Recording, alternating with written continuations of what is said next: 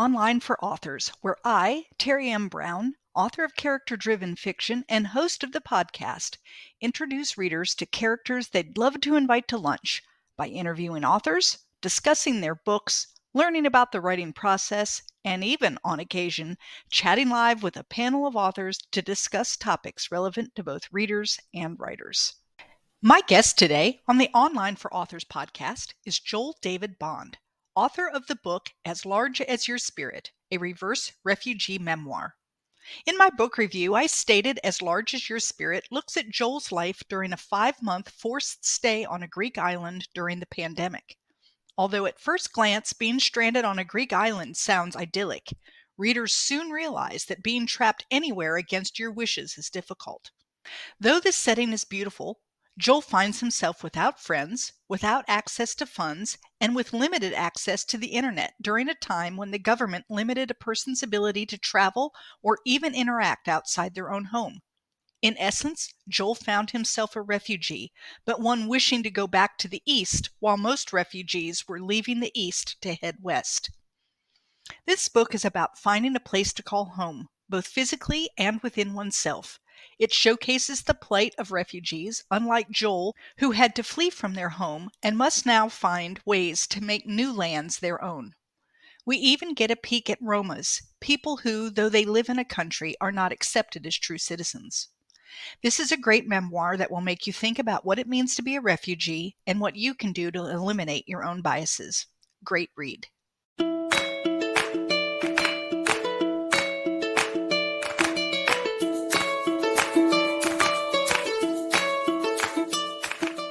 Today on the Online for Authors podcast, I'm chatting with Joel David Bond. He is the author of As Large as Your Spirit, a Reverse Refugee Memoir.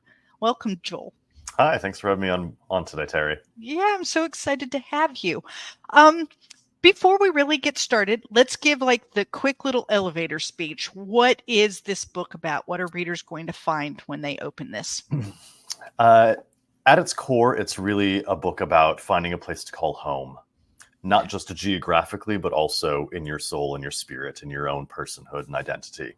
And so the premise, the sort of overarching narrative of the story is about it's during the pandemic and being quarantined away from home on a remote Greek island.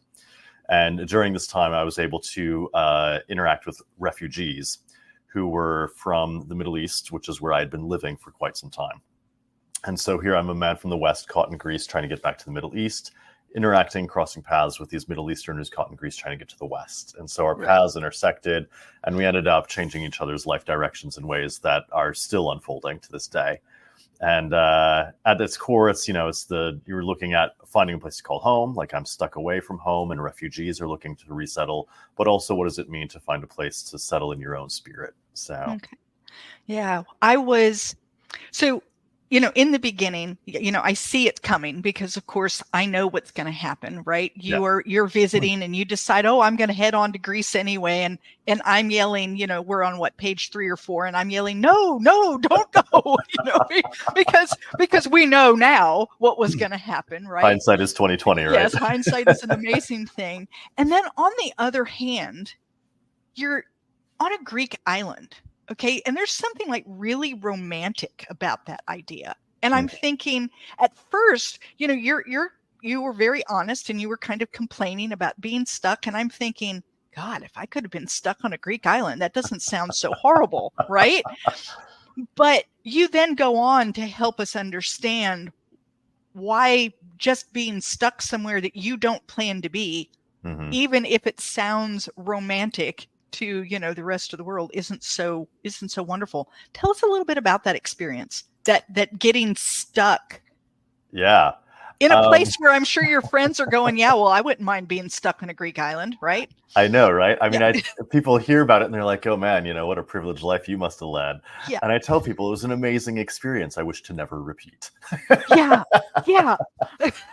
Yeah, because I think at the core of it, what I'm really trying to help people do is to identify those shared universal emotions, and that no matter where you were stuck, whether it is a remote Greek island or whether it's your own living room, we all had these shared emotions that were happening, and that yeah, it might seem fantastic to be able to walk across the courtyard to my own private yoga studio for the morning, but we all were stuck doing the same Same routines in things. and Right. out, and not able to really engage with our communities that we wanted to. And in my particular instance, I was actually completely removed from any community that I knew. And so, people say all the time, oh, I love to travel. I love to go away. I love to, be someplace new. Well, yeah, we do, but only for a short period of time. You And go for a well, few and days. only when you've planned it and that's what you want. You had Right. planned to go to a Greek island for exactly 1 week. Right. Yeah. And Yeah. so there's this sort of like there's the interminable nature of the pandemic where it kept dragging on. Oh, another 2 weeks, another two Another weeks, two another weeks. 2 weeks. Right.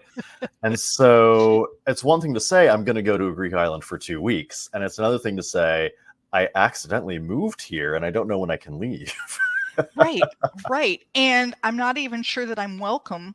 There for a while, although you lived in this hotel, Yeah. they didn't seem to be particularly happy that you were there.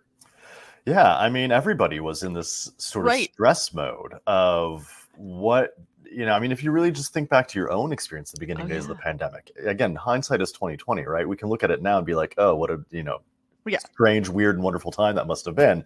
But in the moment, everybody was panicked. Everybody was We were fearful, terrified.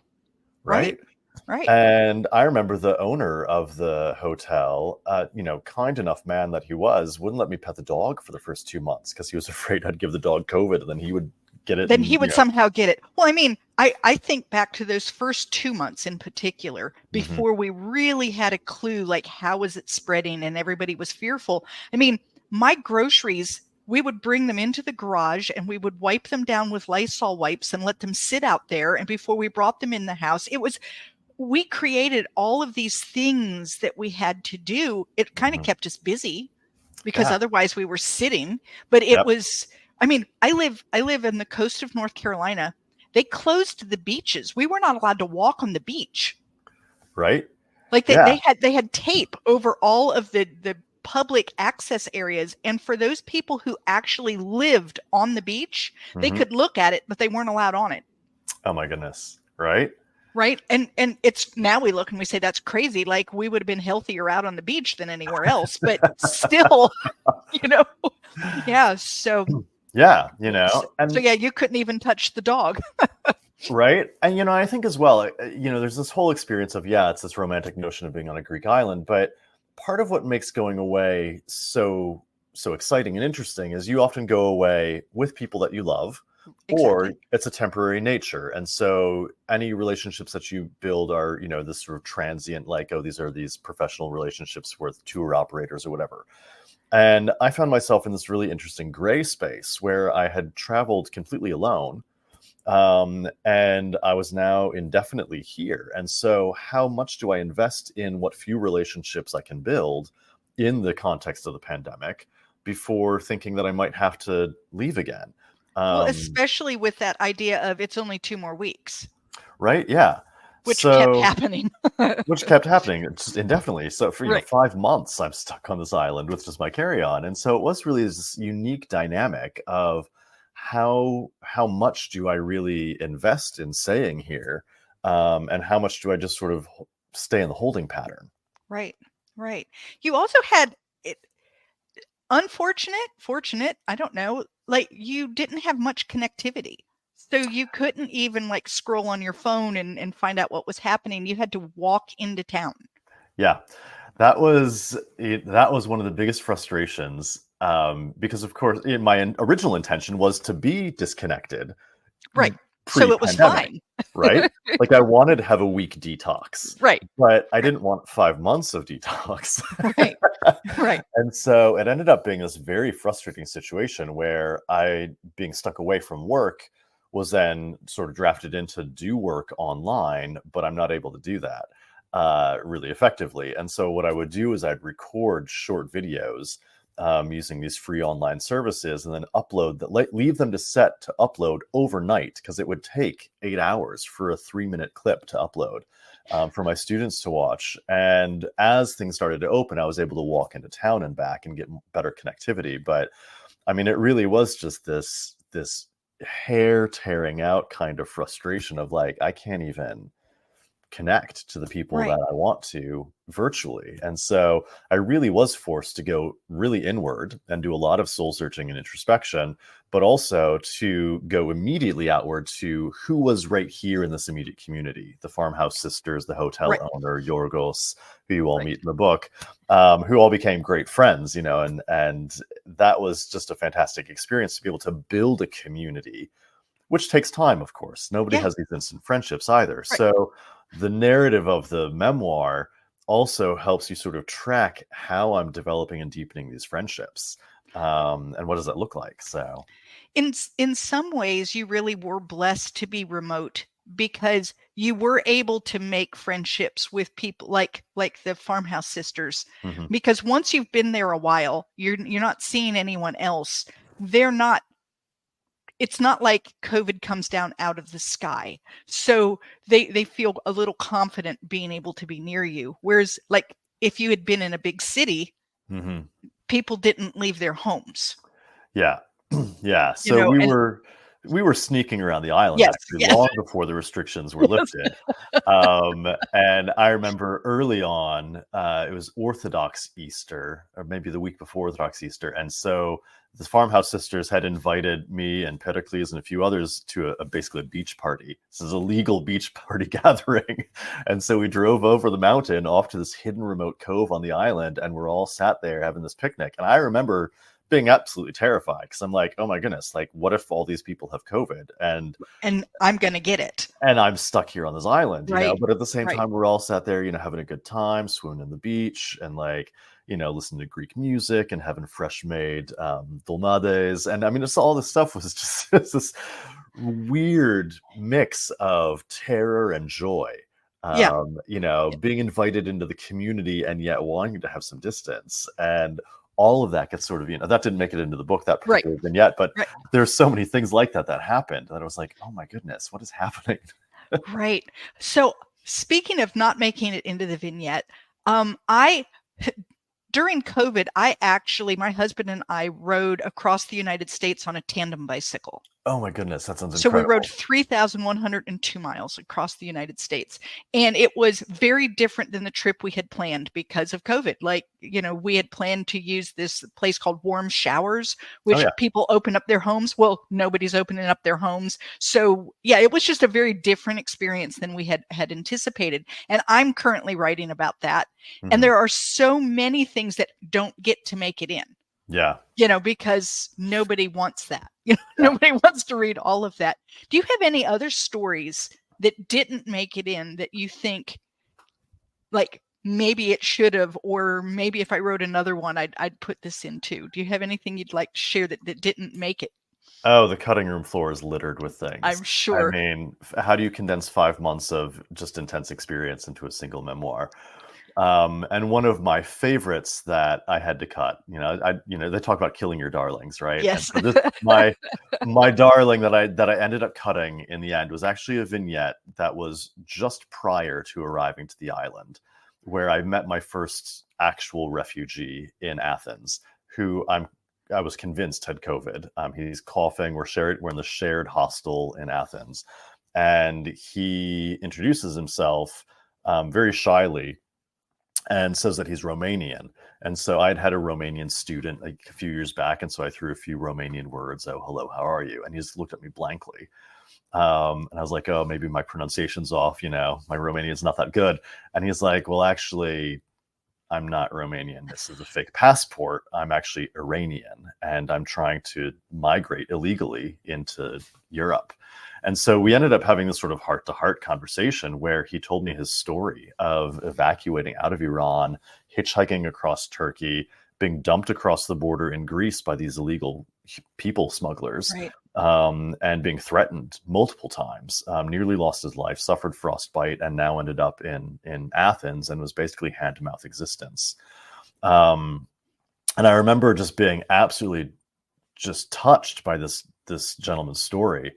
And you know, like, what do I do? Like, how can I help this guy? And so the day that I left, the following morning, I woke up early and went down to check out. I was heading to the airport to fly to Samos, And so I paid for an extra 2 nights for him to stay in the hostel, just so he'd have some security for another roof over his head.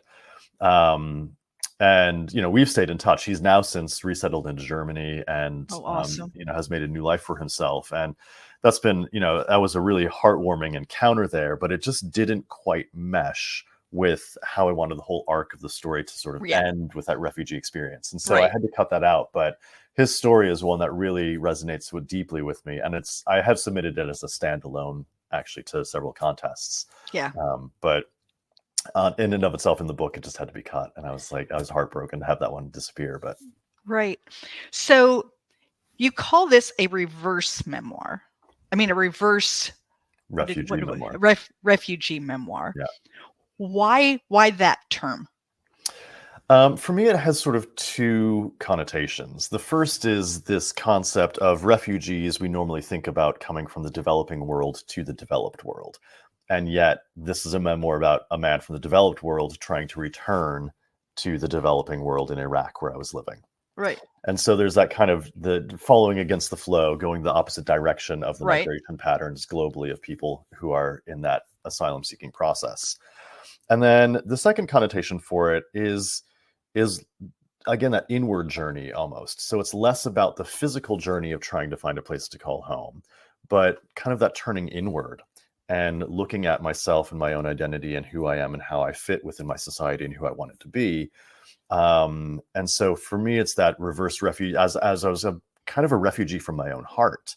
The story, one of the themes throughout the book, talks a little bit about my sexual identity and how I was kind of escaping that, running from that to a degree. Right. And the pandemic really helped me turn inward and stop hiding from that, to sort of come into an ownership of that identity. And so for me, it's that reverse refugee on both levels of searching for a place to call home geographically, but searching to find that inward peace as well. Right. Searching for your own feeling of home within yourself. Yeah. Yeah. Yeah. So one of the things that I saw, I don't know if you meant for people to see this or not. I always wonder when you're reading a memoir, but when you finally have now gone outside of your community, you see the refugee camp and you start teaching English there. Mm-hmm. You have felt like a refugee up to this point, and now you see these refugees living in this camp for months, years, who their only way to get out often is having enough money to buy a fake passport to get out. Otherwise, they're stuck there. And your refugee experience is going to be over just as soon as someone lifts the ban.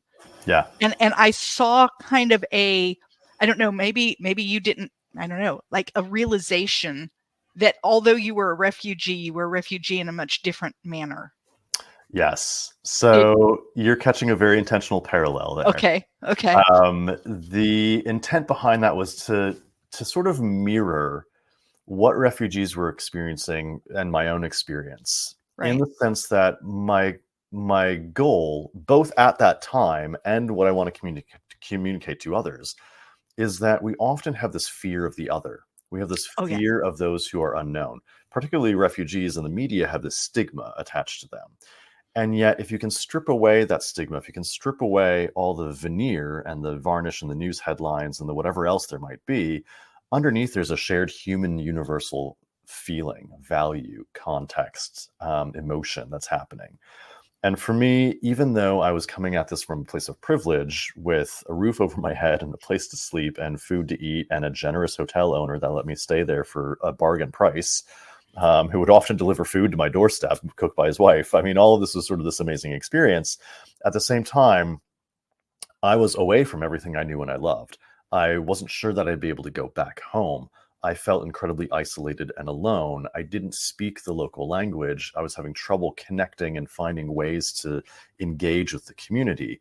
And all of those things, while they were coming from a position of privilege, are universal experiences that these refugees also had. They're also stuck away from home, having trouble connecting with their community, not able to speak the language. And so all of a sudden, there was this real parallel that was happening where I could really connect with my students and say, wow, like, I get it. I get your frustration. Right. Like, this is really, really a terrible situation that you are stuck in. And while my experience of 5 months is a blip on the radar compared to 5 years that some of these students were stuck in the system, it really enabled me to identify that universal shared value and that emotion that was there, and to make those deep lifelong connections with them. Yeah. Yeah. I could just feel the, almost like, wow, someone has it so far. It's so far worse. They're living in on this hillside in these tents, Mm-hmm. and it's horrible. And I have it a whole lot better. And on the other hand, I understand, at least now in a minuscule way, Yeah. what they're going through. Yeah. So far worse, and yet so much the same. Yeah. So it gives you like an open door to Mm-hmm. an understanding of what it is. Like I do that a lot when I'm writing, which is I know what it feels like to be hungry. And then I say, okay, so what would it feel like to be like 5 days hungry? What would it, Yeah. so you try to take what and pull it into something more. Yeah. And you did the same. It's, yes, I'm a refugee in a way, privileged. What would it be like? Can I imagine what it might be like if I had to be doing what I'm doing there instead of here? Yeah. And you didn't have quite the same stigma that they had either. I mean, you were obviously a tourist who'd been trapped on the island versus someone who had illegally Yes. gotten onto a boat and been smuggled in. Yes. Yeah. Yes. And yet there's also, in that whole scenario as well, you've got my situation, you've got the refugee situation, and then somewhere in the middle, there's the Roma community, which makes Yes. a brief appearance partway through the book, who are neither refugees, neither fully integrated. And for me, that was kind of that bridge, that stepping stone to make that connection from my place of privilege to the refugee community, is beginning to sort of view life from their perspective as I walked past their encampment every day to go buy, groceries. And, the little kids and the bicycle races we'd have down the beach, and the lollipops that I'd give them, and the excitement that they would have. And yet recognizing that they were living the sort of eked out existence on this plot of wasteland outside of the town, and wondering what it would be like to be a part of that community, and sort of almost wishing, as I got to kind of see these kids every day walking past, that I'd almost be invited in. Like, how could it be a part of that, to know what it's like to live there? And then, of course, as the story unfolds and I end up in the refugee camp, I am invited in onto a different level and to see a different side of the reality there. But yeah, I loved that idea of, initially those kids, when they came up to you and you have the fear yeah, that they're going to rob me, right? they're going to take my things, and what am I going to do? And we all have that when we are surrounded in some way by something that is unfamiliar, or that we have labeled somehow. Mm-hmm. Like, Yeah. this is a dangerous situation. And then once you accepted their humanity and realized they were kids and they just wanted Bike race. a bike race, like, yeah. And once you realized that, a lot of the fear and the stigma went away, to the point that now you're saying, well, I wouldn't even mind, being invited in and having a meal with these people. Like, I'd like to learn more. Right. Yeah. And I think that's an experience that I tell people all the time. I actually did a TEDx talk about this idea of, when you get to know someone that's different from you, Mm-hmm. you really get to know them. You start to have to make decisions in your mind. Is this person an exception to the rule that I've made? Or is my rule wrong? And the more people you meet in this group, whatever this group is, that are an exception, the more you realize that my rule's wrong, and you have to change those rules. And that's what happened to you with the Roma community. Is you had a rule. The rule was, Roma community they're thieves, Mm-hmm. and they're going to steal from me, and they could potentially harm me, and I need to steer clear. Yeah. And then you got to know some. Yeah. And I'm like, oh, these are kids that want to have fun, that need adult mentor figures to, give them some attention, and they've got these families and they're cooking fried chicken and they're ready to go for dinner and it smells amazing. And, all of that, I think, opens up this view of what I really want to accomplish with my writing, not just this book, but sort of my life's calling, is to help people bridge those cross-cultural gaps. Like, how do you make those connections? Right. And for me, I think what I've discovered is that it, over in a lifetime, in aggregate, erring on the side of trust will always benefit you more than erring on the side of caution. Right.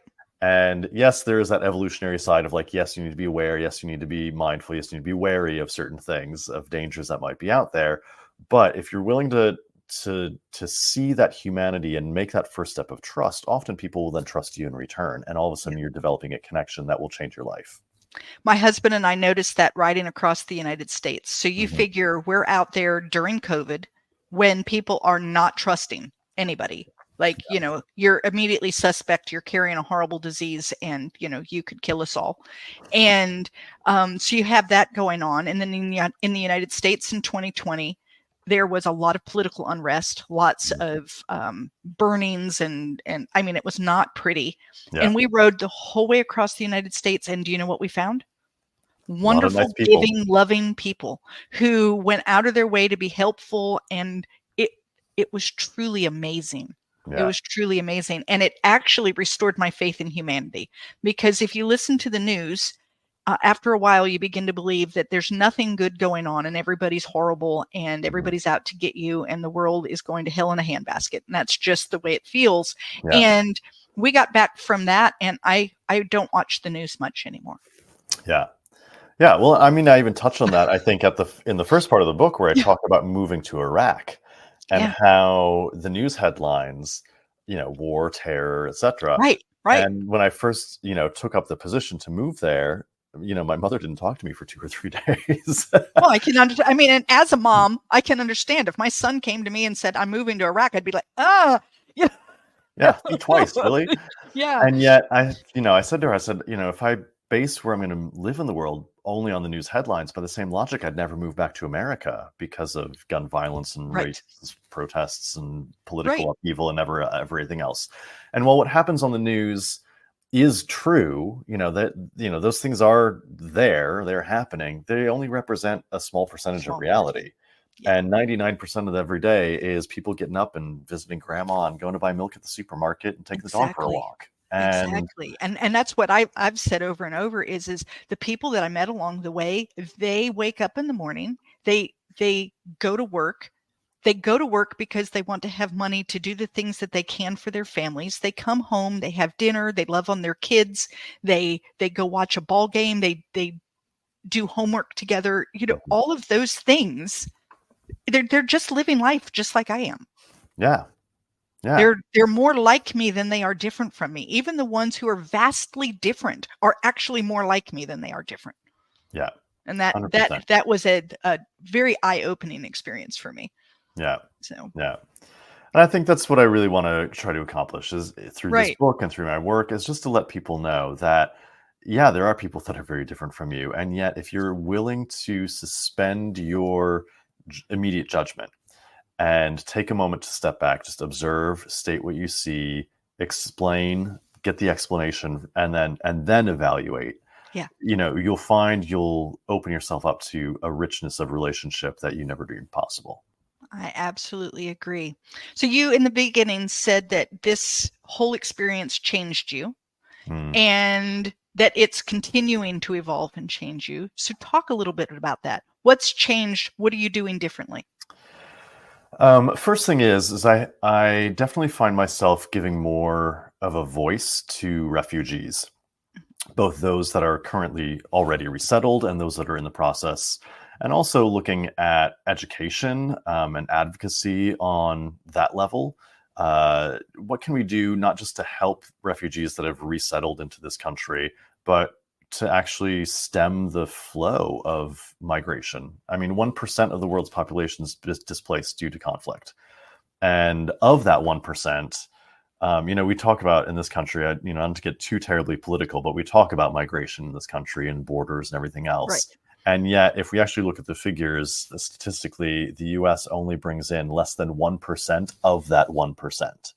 Right. So our, immigration status through legal routes, we're not bringing in as many people as we think we are. Right. Right. And when you actually connect with people who are refugees, you come to recognize that they have some very valued skills. A lot of my students were doctors, lawyers, politicians, high-standing business people who, whatever, ran afoul of their government back home and had to leave. And so it wasn't necessarily that they're crooks and criminals and, the impoverished and the disenfranchised. And while those do exist in the refugee population, again, the more you get to know people, the more you recognize that they're more like you than they aren't. Right. And so one of the things that I've really found myself doing is just having a heart for refugees, for migrants, for internationals, for people who are moving from space to space, and then also continuing to do that myself. I recently was required to evacuate out of Iraq back in October. And so that has changed my perspective as well on migration once again, as now becoming almost a forced refugee, although rebounding to a safe space in the US. I'm now looking for my next country to go to. So where do I now go, reverse refugee style, to help the local population, help improve education, help people gain the skills that they need to actually have a voice in their own society, in their own community. Because I think it's one thing to have migration, that's a thing that we'll have with us forever, but it's another thing to help empower people in their own communities to help change their communities for the better. Right. And so doing that through education has been one of my key roles that I've been working on, focusing on. Fantastic. What have you been doing in the States since October? So in the States since October, I've been working on giving some public speaking talks and tours around. And I've also been working on my next memoir, which I am a little bit tongue-in-cheek, but also seriously, entitling Between Iraq and a Hard Place. I love it. Yeah. I mean, I understand, but yes, I think that is actually going to be a title that, people will remember. They're not going to forget it. I think that's great. So what is that memoir going to entail? So the rough draft is in the works right now, and it is like kind of a double helix spiral of a story. The first thread of that narrative is the last 72 hours of my evacuation from the country. So it starts from right before being notified to the actual evacuation, packing and leaving within 24 hours. So it was a very dramatic sort of rip out of the country with express notification that I wasn't allowed to return. So I'd basically leave everything behind, refugee style. The second thread of that narrative then will be flashbacks that sort of splice in between all of those chapters that serve as a counterweight to the drama. So, people have this image of Iraq being this very terrible, unsafe, terror-ridden nation. And what I want to do is actually, on that second spiral, create a love letter for Iraq, to let people see just how rich and vibrant and wonderful the culture really was, and the strong memories that I have of that space, and how that helped me develop and grow as a person, and also how that development may have actually led in some part to my evacuation in the end. Okay. Awesome. That sounds really good. That sounds really good. I'm very excited about it. Yeah. My only trouble is getting the butt in chair time to make it happen. Well, yeah. Isn't that always the problem with, in fact, I've been having that problem, and I found this writers group that has these write-ins every day. Nice. And you come in and you say hello on Zoom and you tell them what you're going to do. And then you set your camera off so that it's just your picture, and then you work. And after 90 minutes, they ding and you come back and you say, what have I done?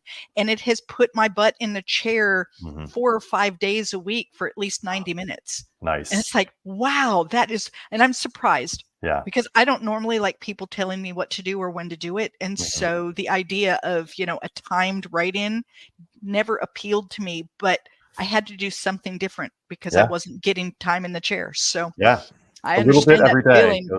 goes a long way. It really does. Yeah. It really does. So this is 2 memoirs now. You're working on the second one. Do you have any ideas?